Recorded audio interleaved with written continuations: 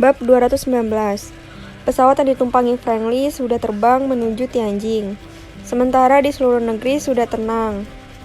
Setelah Kaisar memberikan keterangan pers pagi ini, rakyat sudah kembali ke rumah masing-masing dengan wajah puas dan penuh syukur karena mendapatkan kata maaf dari kelima keluarga besar. Ditambah subsidi tetap akan terus ada, maka menambah rasa syukur rakyat. Sementara di kediaman keluarga Li, penghuni puncak telah tiba kemarin sore. Reinhard dan keluarganya langsung menuju rumah keluarganya dan bermalam di sana. Begitu juga dengan Novitasu kembali ke rumah. Feng Long tidak mau ketinggalan. Ia kembali ke rumahnya, begitu juga bawa-bawa tua, mengajak Tufu mampir ke rumah cucunya. Namun pagi ini semua orang itu sudah kembali ke kediaman keluarga Li. Menanti Frankly dan rombongan tiba. Keluarga besar Li sibuk menyiapkan semua kebutuhan untuk acara Frankly. Apakah kita langsung menuju ke makam setibanya mereka di sini? Tanya Tuan Besar Su. John Lee tersenyum menjawab, kita ikuti apa yang ia ingin lakukan. Peter yang juga berada di sana berkata, pesawat sudah mendarat, Tuan bersama keluarga mungkin sudah menuju ke sini. Semua orang bersiap untuk menyambut.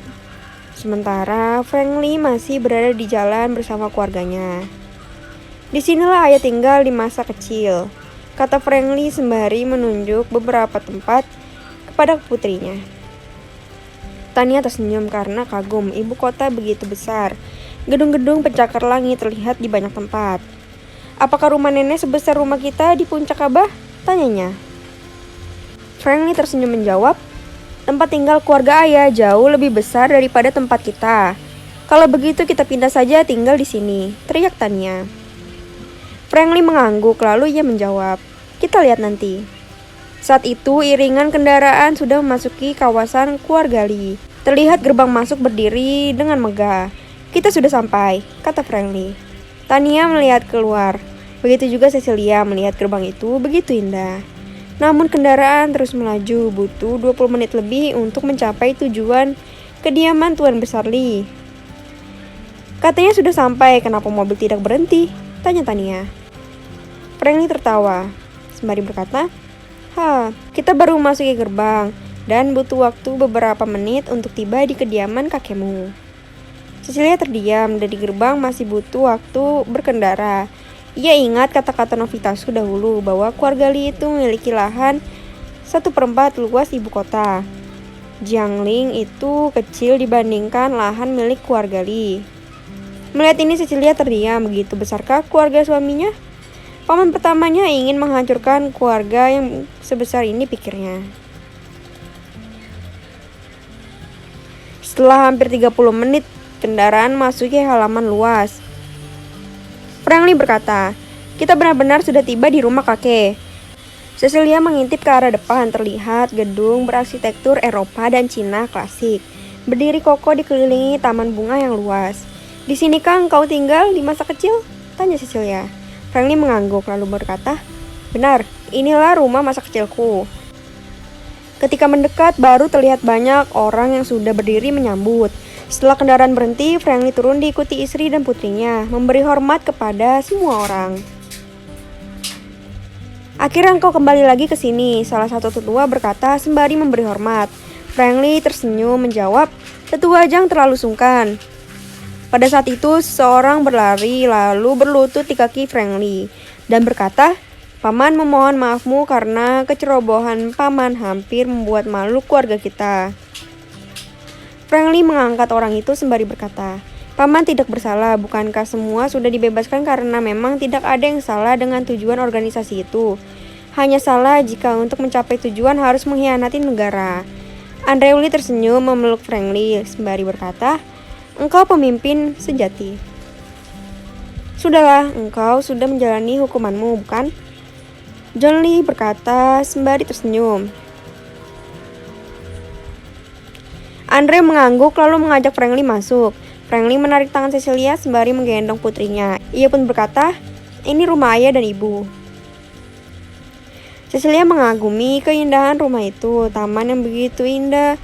Melihat besaran rumah itu, Cecilia menjadi paham kenapa ibu mertuanya tidak betah tinggal di rumah ini sendirian, hanya berdua dengan ayah mertuanya. Setelah Friendly duduk, tetua pun bertanya, apakah hari ini kita akan menuju makam?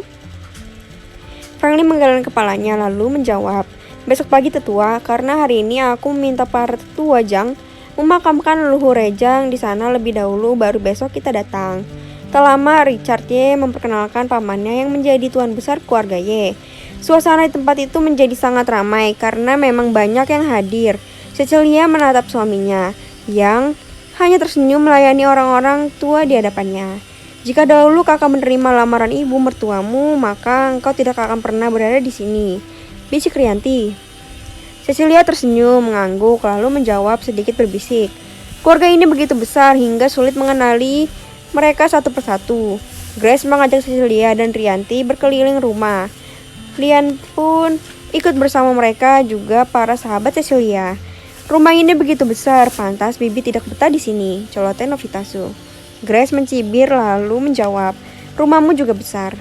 Novitasu menggeleng kepalanya lalu berkata, hanya 1/4 rumah ini, tidak terlalu besar. Ketika memasuki sebuah kamar besar, Grace berkata, ini kamar kakak, kalian hanya boleh melihatnya tanpa merubah bentuk kamar atau memindahkan barang-barangnya. Cecilia diam mendengar ini. Grace berkata, sejak kakak pergi, kamar ini tidak pernah berubah, karena Bibi akan marah jika ada yang berubah di kamar ini. Semua menjadi paham dan mengikuti Grace memasuki kamar. Kamar itu besar sekali, terdapat banyak buku, gadget, dan beberapa alat musik. Tempat tidur masih berantakan. Melihat ini Cecilia bertanya, apakah tempat tidur ini sama persis saat ia pergi meninggalkan rumah ini? Grace mengangguk lalu menjawab, benar, karena kakak kabur saat tengah malam. Cecilia tersenyum ingin tertawa membayangkan Friendly meninggalkan kemewahan ini demi menghindari perjodohan. Melihat ini Rianti berkata, apakah kakak menertawai kakak iparku meninggalkan semua ini dan tahan menderita di Jiangling? Ia tidak ada bedanya denganmu, rela mati demi menghindari perjodohan. Semua tertawa mendengar kata-kata Rianti, karena mereka juga tahu kisah Cecilia tidak berbeda jauh dengan Friendly. Mereka bertemu karena menolak perjodohan, celoteh Lensi sembari tertawa. Kembali terdengar tawa dari para gadis itu. Grace kembali berkata, dan sekarang engkau adalah nyonya besar di rumah ini. Cecilia menggeleng kepalanya sembari berkata, tapi aku lebih suka tinggal di Jiangling. Tinggal dimanapun engkau tetap pengganti bibiku, jawab Grace. Cecilia tertawa lalu berkata, melihat semua ini aku merasa tidak pantas menggantikan ibu. Sekarang Grace yang tertawa sembari berkata, karena melihat begitu besarnya keluarga ini, mari aku beritahu padamu, engkau tidak akan melakukan apapun, semua hal kakak Sinta yang akan melakukan untukmu. Itu memang tugas Kak Sinta, tambah Novitasu. Semua mengangguk sembari melangkahkan kaki keluar dari kamar masa kecil Friendly. Di halaman belakang, tetua Jang sudah kembali dari pemakaman dan melapor kepada Friendly bahwa kerangka leluhur sudah dimakamkan di pemakaman keluarga Li. Kami mohon makam leluhur Rejang untuk tidak disemen, biarkan seperti saja. Jika tanahnya turun, tinggal dinaikkan saja, tambah tetua. Friendly mengangguk dan paham bagaimana tradisi muslim pada umumnya. Ia pernah melihat di negara muslim kuburan hanya diberi tanda batu saja, sudah cukup. Pembicaraan di tempat itu semakin ramai karena lelucon yang dibuat oleh bawa-bawa tua bersama Feng Long. Tang Hai melangkah masuk menuju ke sisi John Lee, lalu ia berbisik sebentar. John Lee tersenyum lalu berkata, di gerbang depan ada Harvey Lam, apakah engkau ingin menemuinya? Sembari mengangguk, Friendly menjawab, paman, bawalah ia ke sini. Baik tuan, dilaksanakan, jawab Tang Hai. Para gadis yang keluar dari rumah besar menuju halaman belakang itu ikut mendengar perkataan Friendly. Mereka tidak mengenal siapa itu Harvey Lam, hanya mengetahui bahwa ia saudara angkat Friendly sekaligus muridnya. Pembicaraan di tempat itu terus berlanjut dan kembali terhenti ketika seseorang masuk dengan rambut gondrongnya, wajah sangat tampan, berlari menuju Friendly lalu menjatuhkan dirinya berlutut sembari berkata, Tuan, terima hormatku. Friendly tersenyum menjawab, engkau bangkitlah. Tang Hai yang masih berdiri di belakang Harvey Lam mengantar ia memberi hormat kepada semua orang yang berada di sana. Hingga tiba pada Jackson Lu kembali, Harvey Lam menjatuhkan diri berlutut lalu berkata, Tuan besar, terima hormatku. Jackson sedikit kaget melihat ini, namun ia berdiri mengangkat bahu Harvey sembari berkata, "Engkau jangan terlalu sungkan." "Terima kasih Tuan Besar," jawab Harvey Lamb.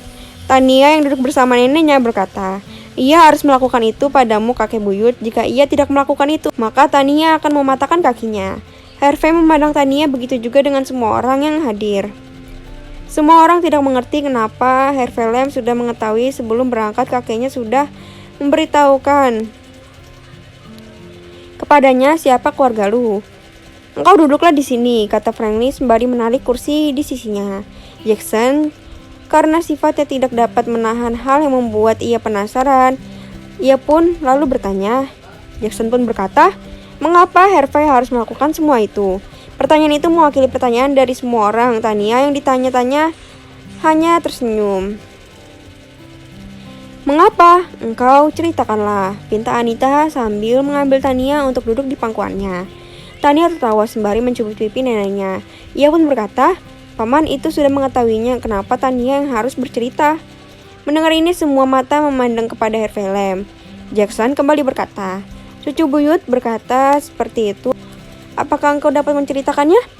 Harvey Lamb tersenyum lalu ia menatap Franklin, meminta izin darinya untuk bercerita.